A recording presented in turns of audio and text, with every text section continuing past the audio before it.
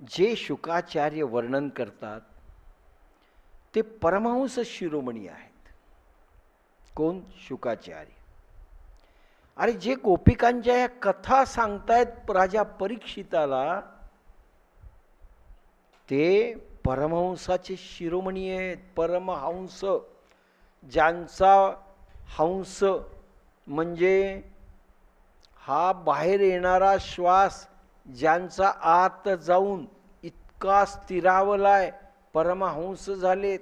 असे जे परमहंस झालेत, निर्विकल्प समाधीमध्ये अखंडित शेकडो वर्ष राहू शकतात, अशा साधूंचे साधू आहेत त्यांचे बॉस शुकाचार्य. ते शुकाचार्य वर्णन करतायत गोपिकांचं. लक्षात घ्या, काय ताकदीचे आहेत गोपिका. ते परमहंस शिरोमणी आहेत शुकाचार्य. ते म्हणतात, शरत्कालीन रात्रीत वंशीनाद झाला, तेव्हा व्रजविलासिनी गोपिका आपल्या घरीच होत्या. व्रजविलासिनी म्हणजे पहा कसे शब्द, की व्रजामध्ये ज्या विलास करतात, रममाण होतात दिवसभर रात्री, आपल्यासारख्या दुःखी कधीच नव्हत्या. काय करू, पोरग बोलत नाही, रडा.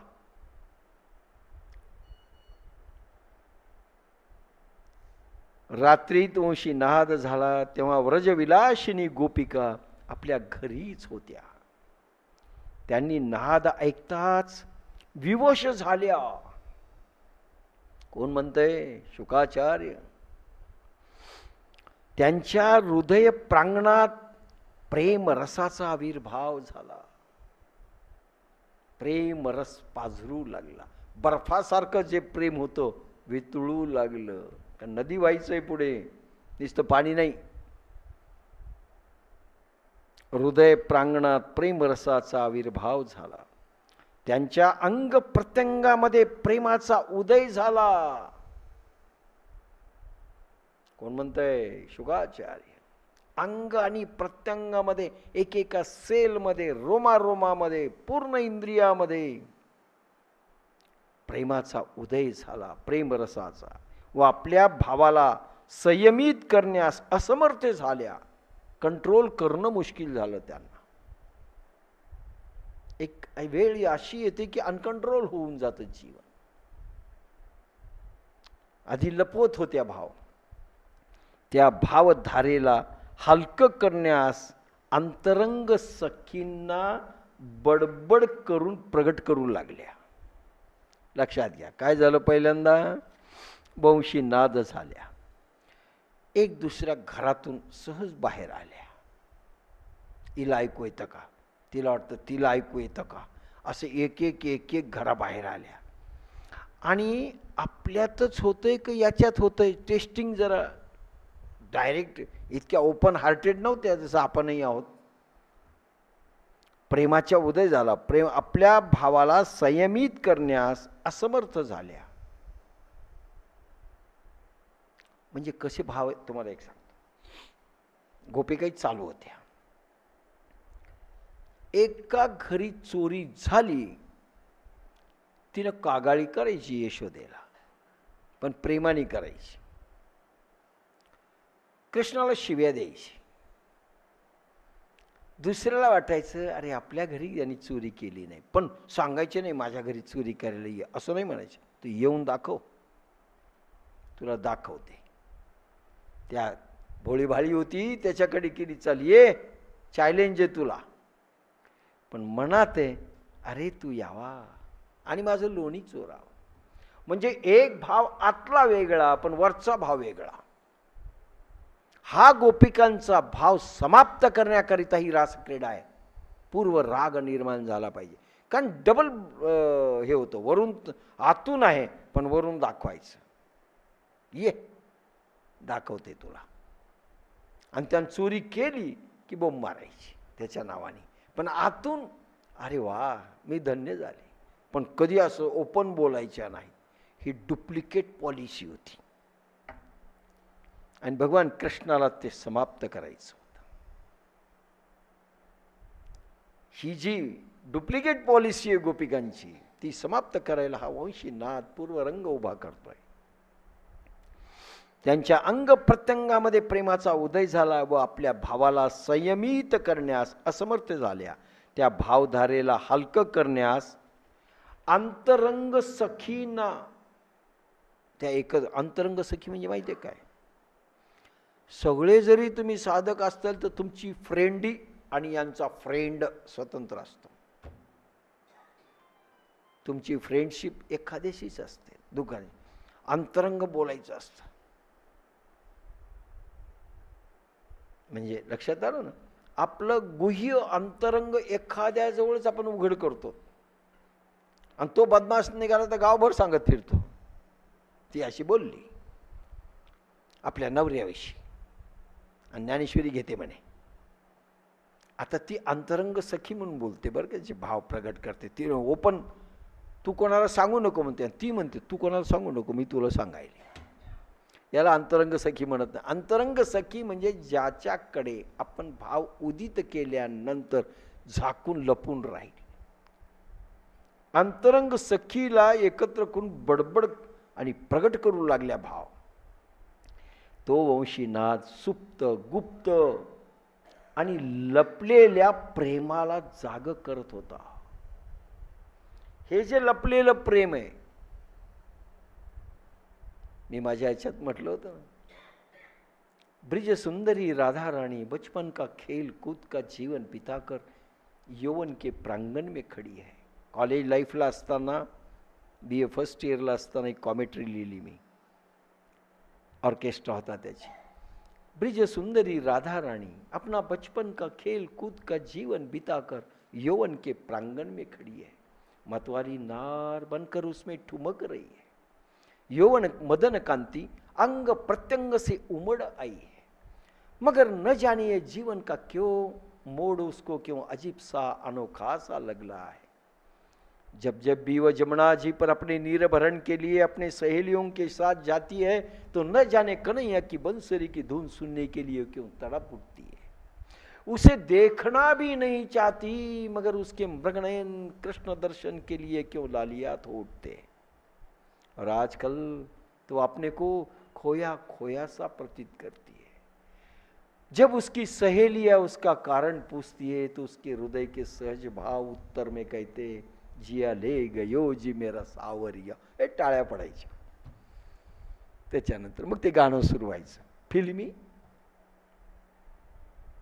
तो वंशीनाथ म्हणजे नाटक करायच्या, हे ऐकू येत नाही, हे त्याला कोण पाहतो, हेटाळणी करायच्या, पण आतून अफाट प्रेम असायचा. हा जो डुप्लिकेटपणा होता, तो लपलेला जो सुप्त भाव खरा होता, तो प्रभू जाग करतोय, दाखवतो तुमचं प्रेम किती आहे, येऊ द्या समोर. लपवत होत्या ते प्रेम. सुप्त गुप्त आणि लपलेल्या प्रेमाला जाग करत होता तो वंशीनाथ. हे पहा, हे भाव जागृत पाहिजे. गुरु सद्गुरूंचं हे काम आहे, लपलेला प्रेम भाग जागृत करणं, विकार हळूहळू समाप्त करणं. त्यासाठी छणी हातोडे सगळं सगळं चालवावं लागतं. राग येतो साधकाला. आम्हालाही बाप्पासाहेबाचा राग यायचा, पण इतकं बाप्पासाहेब स्पष्ट बोलत नव्हते. असं बसलं रग्गेल सारखा बसला, असं बसलं कुब्बड काढून बसला, असं बसलं पहा किती गर्वात आलाय. काय कसं बसावं ते समजत नव्हतं. आणि असं बसलं तोंड उतरून तर मरेल सारखा बसला. आता बसावं कसं सांगा तुम्हीच. तसा अनुराग गोपांगणामध्ये सुप्त अवस्थेत आहेच आहे. अनुराग अणु शब्द आहे आणि त्याच्यात राग आहे. अनुराग म्हणजे अणु अणु मध्ये प्रेम आहे. अनुराग. राग म्हणजे क्रोध नाही, इथे राग म्हणजे प्रेम. गोपांगणामध्ये सुप्त अवस्थेत आहेच, पण वंशी ध्वनीने तो प्रगट होऊ लागला. अंतरंग सखीमध्ये समोरासमोर प्रगट झाला. दोघी एक दुसऱ्याला भेटायला आल्या, बोलणार की दोघांमध्ये उफाळून ते प्रेम तरंग उधाण आलं प्रेमाचं दोघींनाही, समोरासमोर प्रगट होऊ लागला व त्या सर्वजणी आज व्याकुळ झाल्या. तुला कसं होतं? मलाही तसंच होतं. मला जाऊ वाटतं, ती म्हणते मलाही जाऊ वाटतं, मला पळावं असं वाटतं. म्हणजे सगळं असे भाव आता उघड प्रगट होऊ लागले. वंशी रव शब्दात स्मर शब्द आहे. शब्द आहे ज्याचा लौकिक अर्थ आहे काम. स्मर, स्मरण. वंशी रव शब्दात स्मर शब्द आहे. वंशी रव या शब्दामध्ये स्मर शब्द आहे. वंशी, वंश, रव, स्मर हा शब्द आहे ज्याचा लौकिक अर्थ आहे काम. येथे काम म्हणजे कृष्ण सुखाची लालसा, हेच काम. कृष्णाला सुख देण्याकरिता जायचं, ही इच्छा, ही वासना, हे काम, हे उत्पन्न झालं. आमच्या कामात व त्यांच्या कामात हाच फरक आहे. प्रेमेव गोपरामानां कामयित्यगमत प्रथां. प्रेमेव गोपरामानां काम इत्यगमत प्रथां. गोपींच्या विशुद्ध प्रेमालाच येथे काम म्हटलं आहे. काम. ऐशा गोपिका त्या कामातुरा नारी. गोपीच्या विशुद्ध प्रेमालाच येथे काम म्हटले आहे. ह्या कामात प्रियतमाच्या सुखाची इच्छा आहे. भगवान प्रियतम आहे आणि प्रियतमाच्या सुखाची इच्छा आहे. त्याला सुख देण्याकरिता मला सुख द्यायला जायचं, घ्यायला जायचं आणि त्याला सुख द्यायला जायचं, हा दोन फरक आहे. मी भगवंताची सेवा, प्रार्थना, साधना का करतो? मी सुखी व्हावं. आणि मी साधना का करतो किंवा का करते? भगवंताला सुख द्यायचं. दोन्हीमध्ये प्रचंड फरक आहे, प्रचंड फरक आहे.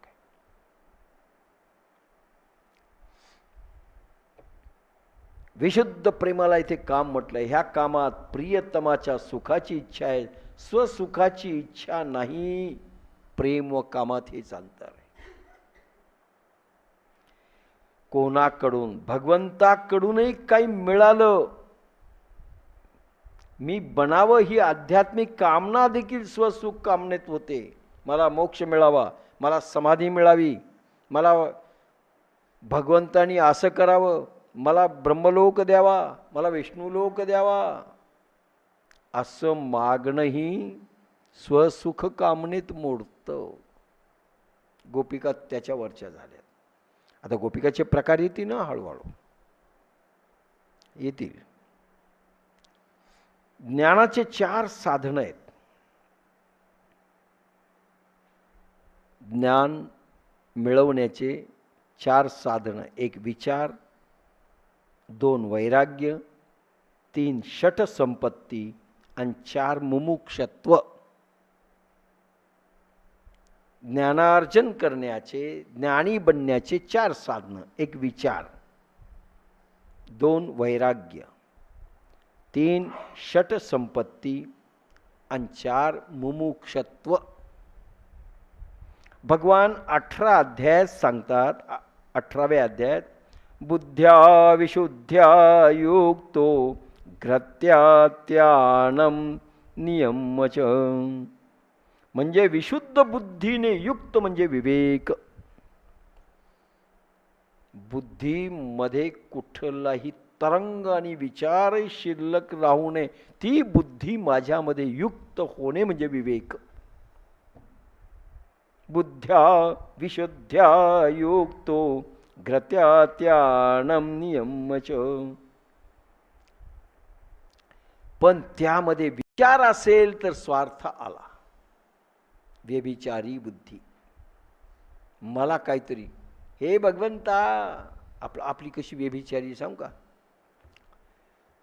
भगवंता सगळं तुझं आहे आणि तुमच्या पोराला टेम्परेचर आलं, भगवंता याला दुरुस्त कर ना. कोणाचं समजलं तुम्ही पोरग? भगवंताचं. बरं, भगवंताचं समजलं तो पाहून घेईल ना. नाही, आपण पाहायचं माझं पोरग बिमार आहे भगवंता, मग तिथं येतं. आपल्या डुप्लिकेट पॉलिसी समोर येतात.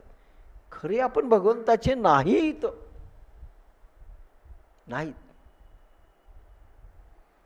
पण त्यामध्ये व्यभिचार असेल, स्वार्थाला, भगवंता आहे तुझं समज ना, हां समज ना, मग दुसरं आहे हा तुझाच आहे, मग तुला काय करायचंय बडबड करू, तो पाहून घेईल.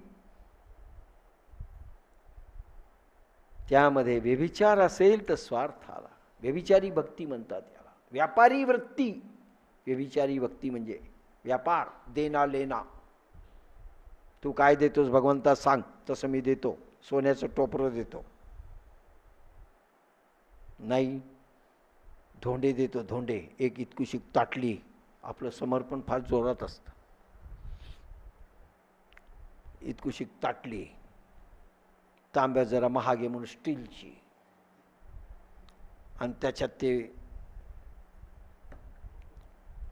धोंडे, काही जण धोंडे आणि काही जण काय अनारसे, आणि ते व्हायचे. कदाचित गुरुला मलाही काही लोक व्हायला आले. आता काय सांगावं म्हणलं, बरं झालं मी भटजी नाही, लोकांनी मला भटजीच करून टाकलं. काय सांगावं, काय वाहतील याचा नेम नाही. हे वरील सर्व उत्पन्न हां, पण त्यामध्ये व्यभिचार असेल तर स्वार्थ आला. हे वरील सर्व उत्पन्न झाल्यानंतरही मोक्षाची इच्छा राहते. शेवटी काही नाही राहिलं, आध्यात्मिक इच्छा राहते. शेवटी भगवान मोक्ष दे मागतो ना आपण, मागू नये असं नाही, पण ही क्वालिटी गोपिकांपेक्षा कमी प्रतीची. वाईट नाही, त्याज्य नाही, पण तुम्ही मागितलंय. गोपिकाच्या इतकी उंची नाही. एक विशिष्ट काही गोपिका आहेत, त्यांच्या उंची इतकी होईल. मुक्तीची इच्छा म्हणजे कोणीतरी अहम बंधनात आहे, मला मुक्ती पाहिजे, म्हणजे अहम आलं, द्वैत आलं. तसे मुक्ती व भगवत प्रेम यामध्ये तत्वतः अंतर नाही. रसाद्वैत व ज्ञानाद्वैत हे दोन प्रकार आहेत. लिहून घ्या, रसाद्वैत आणि ज्ञानाद्वैत. मुक्ती ज्ञानाद्वैत आहे आणि भगवत प्रेम रसाद्वैत आहे.